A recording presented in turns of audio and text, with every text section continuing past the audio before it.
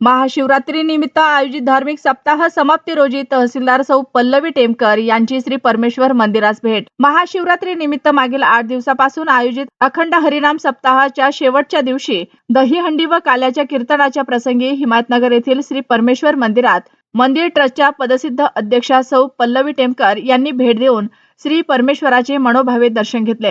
यावेळी त्यांनी मंदिर समितीच्या वतीने भाविकांसाठी करण्यात आलेल्या विविध सोयी सुविधांचा आढावा घेतला। तसेच मंदिराच्या नूतन कार्यालयाची पाहणी करून कार्यपद्धतीबाबत समाधान व्यक्त केले। श्री परमेश्वराच्या छायाचित्र प्रतिमेबाबत सूचना देताना त्यांनी तिरुपती बालाजी प्रमाणे आकर्षक 3D स्वरूपातील छायाचित्रे विक्रीसाठी उपलब्ध करावीत, जेणेकरून श्री परमेश्वराची महिमा अधिक दूरवर पोहोचेल असा सकारात्मक पुढाकार समितीने घ्यावा असे मत व्यक्त केले।